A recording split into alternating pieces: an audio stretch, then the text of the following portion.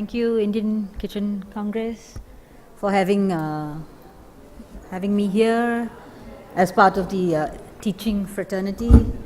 I think we all, I'm glad the organizers are looking so forward-thinking that they should include teachers in this group, because I think we take our job quite seriously of the, that we are the ones who are going to be probably training the next generation, the younger people who are now going to become architects and going to be sort of working with you in teams and using your services and specifying your products. So thank you. I think that's really nice. So as a teacher, as you know, I'm not just an architect of 20-25 years, but I'm also a teacher. And this semester, I read a book with my students called, can I shut this? Do I need this open? I don't need it. I think I'm just doing it with this. Yeah. So as a teacher, I read a book with my students this semester called The Architecture of Happiness, and it's an intriguing title. And I read the book and I wondered what's going to come out of this book. Maybe it's going to tell us very quickly how to create happiness. You know, you read this book and you can get these answers. And it was interesting. There was a lot of debate, there was a lot of discussion, and I teach at the Sushant school. The students are always very vocal, they like to talk. And one of the things that came out was that somehow I think one of the ideas was that beauty has a lot to do with happiness. And so I think I started getting them to write papers and, you know, lots of assignments. And so as a result, I also said, let me look back at my work and see if I can look at it through this prism of this book and what Mr. Alain de Botton has written in his book, The Architecture of Happiness, is, can we sort of define beauty and can we sort of grasp what this is that we can sort of get in our work. And so one of the first big questions that I'd like to dive right into is, revolves around beauty. So why is beauty even important in architecture or in interiors or in design? Because we all, I think, design products. So as designers, I think one of the things is that we think our job is to create beautiful spaces. And one of the fantasies that we as architects have is that in some ways good architecture and beautiful design is going to somehow improve us or make us better people, or that somehow we will become better citizens if only our environments were more attractive.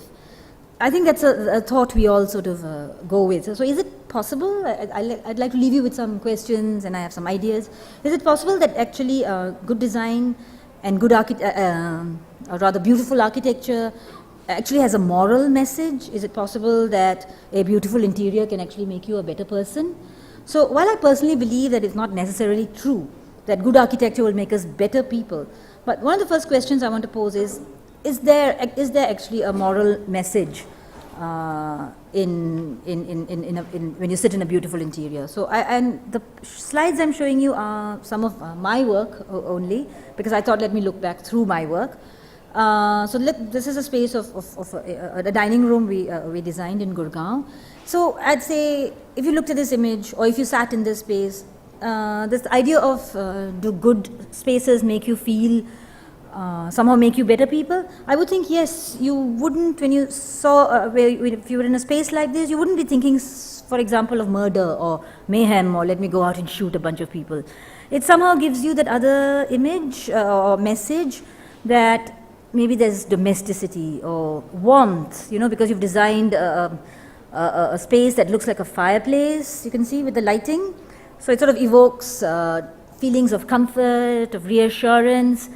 And in that way, I think it's it's comforting. So what I'm trying to say is that that good interiors could help you, foster a sort of a better feeling. And so, but the trouble is that these things are not bylaws. They're not requirements. They're not legal requirements anywhere. They're not building codes. They're just whispered images. These are just whispering to us, these things. So as a designer, you have to keep listening, I think, to these images, because they only whisper suggestions of how you might live. And if you will agree with me, just for today, that yes, beautiful spaces can have a positive effect, then one of the questions I want you to think about is this issue of what is a beautiful interior. And all of you are going to say beauty is in the eye of the beholder. So, what's beautiful for one is not beautiful for somebody else. And many of us, for example, as architects, we were brought up, we were very influenced by the modernist architects like Corbusier, who built Chandigarh, who was, of that school where they felt that a home is a machine for living. And these are things which architects at that point were saying. Or form follows function. But, what is the function of a home? Is it just that, it should keep you cool in summer and warm in winter, it should keep you dry, it should provide shelter for your possessions? Is that all that is a function of a house? And if your architect just satisfied all those functions, would you be happy? I don't think so. Most of us also want our spaces to communicate some emotions to us, a feeling of domesticity, or a feeling of comfort. Maybe our memories should somehow come out in those interiors. So there's a quote, and of course I'm a teacher, so I have to put all these quotes in, but it's a quote which sort of helps me define what I think would lead to beauty and eventually lead to happiness, is that design must speak to us of all the things that we think are most important to us and that we react and need to be reminded of on a daily basis, whatever our values are, whatever your client's values are. And that could be in an interior, it could be in a product, it could be in a space, it could be in anything that you design. Right? And so I began to see that interiors should somehow embody the values, and then they should remind us of these values as we wander through those spaces. So here I'm just showing you a few images of another house that was designed in Gurgaon by us, and about 2 years ago. And the people who live in this house, they seem to find it beautiful. And I'd like to think it's because at some level they imagine that the values that come from these spaces are those that are more or less in sync with their own. And so this is true, I find, not only of architecture and of the larger interior spaces, but also of the smaller elements that make up an interior, like staircases, walls, columns. I mean, staircases especially, I think, are very, very eloquent. They speak to us. When I say interiors whisper to us and that we have to hear, it's because these spaces are communicating things to us. And for that reason, staircases very often speak to us a lot, very, very eloquently if you listen. And depending on how you design, that's a message that's given to your client, to users. Like, for example, this staircase, we built it in Friends Colony about 20 years ago. But, it was difficult to build at that time because it used so much steel. It was so light. The clients could barely believe that structurally this was going to be possible. Now, of course, if you look at it, it's not it's a piece of cake. But at that point, it spoke of us, of the client's belief, trust, also the fact that they wanted something very light, very airy, very transparent. This was built much later, but this client was someone who was, I'm not just saying that it embodied the client, but also the values that they stood for, solidity or dependability. And that's what it was in sync with them, and so they could react to spaces like this. There was a little bit of decoration, so there was hammered metal, for example. The client sort of believed in the fact that craft skills were important. So you put in those sort of elements into your interiors. This one, the client was again, a very open person, and they wanted these, something which was very free-floating. And so I find, staircases especially, and I'm going on staircases, because I find staircases are so eloquent, not just because they present, as you walk through them so much every day, but also because there's a lot of order and symmetry in spaces like staircases. Order and symmetry, again, being something that I think resonates with many of us, resonates with our sense of, again, beauty, a feeling of that everything is right in the world, when things are in a certain order, but somehow not too much order, not everything symmetrical, but a little bit of complexity within the symmetry. So you have a staircase which has, these are all the same staircase. So, just the railing, it's not just tuck, tuck, tuck, tuck, tuck everywhere. So I find that one of the other things that lends itself to beauty is the fact that there's a little complexity within the order itself. The fact that there is complexity in order also helps us feel a little happy. And that, like I said, with all kinds of interior elements. For example, doors, there's so much decoration on that door, but if you were to just say, okay, door, functional, let's just put hardware on it and it'll open, it'll shut, it'll lock, it'll give us privacy. But is that all? You'd just be happy if we just gave you a door which, just did its functions? No. we know, why do we put decoration on doors, for example, even on this one? I didn't have to have that little diamond motif on the door. But when you give this door to a client, they remember their holidays in Bali. As they walk through that space every day, they say, oh yes, we were there once, it was nice. So, there are these things which come out. This was a client who wanted this thing of, I live in Delhi, there's a Mughal heritage that we have in us. So, let's do something as I pass through these doors every day. Let them not just be things to keep out air conditioning, let them also talk to me about something else. So we gave them doors that spoke to them, doors that whispered to them every day. Yeah, after a while you forget that these patterns, but somehow there's a very, very subtle message that comes out from elements like doors. And then as you get into smaller and smaller elements, wash basins, door handles, light fittings, they all speak to us. So when you look at a wash basin, you're not just going in there to wash your hands, or you're looking at the tap fixture.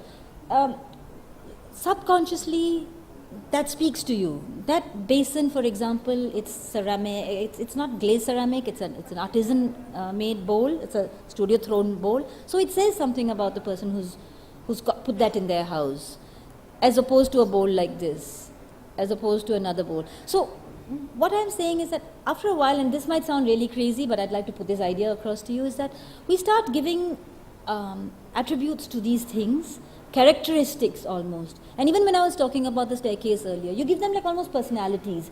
You give them very sort of characteristics that are like human characteristics. You say dependable or solid or transparent or open. So things like this. After a while, you start saying this one, and this is going to be very crazy. You might even start thinking, what kind of newspaper would this wash basin read? Would it be like Mint, like I read, or would it be TOI, or would it be the Hindu? That sounds silly, but think about it for a while. This basin, would you go on holiday with it? I'd like to really provoke you into thinking about these things, because that's how you specify, that's how you look at things as an architect and as a user subconsciously. You start looking at things and you use these things every day, and this is how you really relate to people. And again, and I'm just showing you lots of wash basins in our own interiors. This is like one solid bowl. It's like it could be a banker, or it could be an accountant. I'm not looking down on those professions, but it's so solid and it's so straight. So we do this with all sorts of things, not just plumbing fixtures, like I said, but door handles, sofas, coffee tables. So we go from going from values to characteristics. We find that there's a personality that emerges from things, and when I use the words beautiful and ugly, I find that I'm not just making judgments based on color and form, I'm also making judgments based on the values, the emotions, the personality, the politics that you detect coming from these spaces that I design. And when I use the word beauty, really I think what I'm saying is that I found an object or a design or a space that is talking to me about the values that I approve of, or when I design for my client, that my client can relate to. That means a sort of a material version of something that I found good in a very big way. So again, like I'm saying, the spaces that again another house, the spaces that we design, the elements of the spaces that we design, they are not just functional, they speak to us.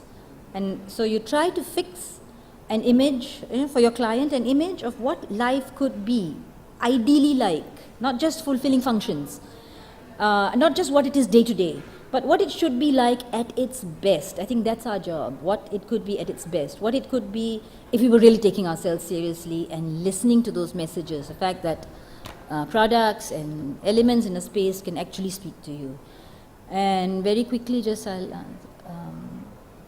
the last idea that I'd like to throw out about what would give us happiness, I think, is that a design should be of its time and of its place. We cannot, I think, be designing something which is not relevant to its time and to its place. And here I'd like to just quickly show you two projects, which are architectural projects. This was in Kulu, and structurally, of course, it was lovely that we could lift off all those roofs and you could see those mountains, but also all that stone in that house was, of course, from that site. And it spoke to that client every day that they used that space. The wood, the floors were all local materials. So we could not just use the technology that said, okay, you can use a lot of large glass, but we could also put in a lot of values of the client themselves. Hand chisel, stones, slates, and then it whispers to that person who walks through that space every day. And instinctively, you feel happy. Yeah? That's a house in Kulu. This is a house in Goa. I mean, you can see was not built, it's not sort of, I would say it should be of its time and its place, meaning use local materials, use your own, traditional, it references a lot of traditional themes of Goan life without being very frou-frou or, using a lot of filigree or using very traditional elements. You can see it could have only been built contemporary now, but it uses sort of very traditional building techniques or traditional materials. So it's very alive to many of the themes of Goan life, little balkao, things like this. So, and I know I was only given 10 minutes, so I'm going to respect that and quickly finish because it's after lunch, everyone must be feeling quite sleepy. What I want to just quickly close with is a quote that I have from, this is all the Goan house. We use a lot of laterite. This is all the Goan. It's a quote again from Stendhal, is to see something and think it beautiful, is to judge it to be a promise of happiness. In fact, I like to leave. This is in fact how we even make friends with people, or how we get married to people, how we fall in love. When you see somebody and you think they're beautiful, that person, it's in your eyes that they're beautiful, because the thing that you know instinctively is that this is going to make me happy. This person is going to make me happy. This thing is going to make me happy. This space is going to make me happy. And that happiness is it's a very primal feeling, and it's a very instinctive feeling. You know from the time you're a baby what makes you happy. And that's what you have to sort of link into always. The fact that you know what is going to make you happy, and pull out that essence. And that's what sort of ties up at the end. I think it's a useful idea, because at the end it connects us to the world of art and architecture, furniture, staircases, columns, door handles, hardware, light fittings, doors, wash basins, houses, everything sort of gets connected in this central idea of happiness. And so I think it's an important link and connection to make. Yeah? Just a few ideas that I'd like to leave you with. Thank you.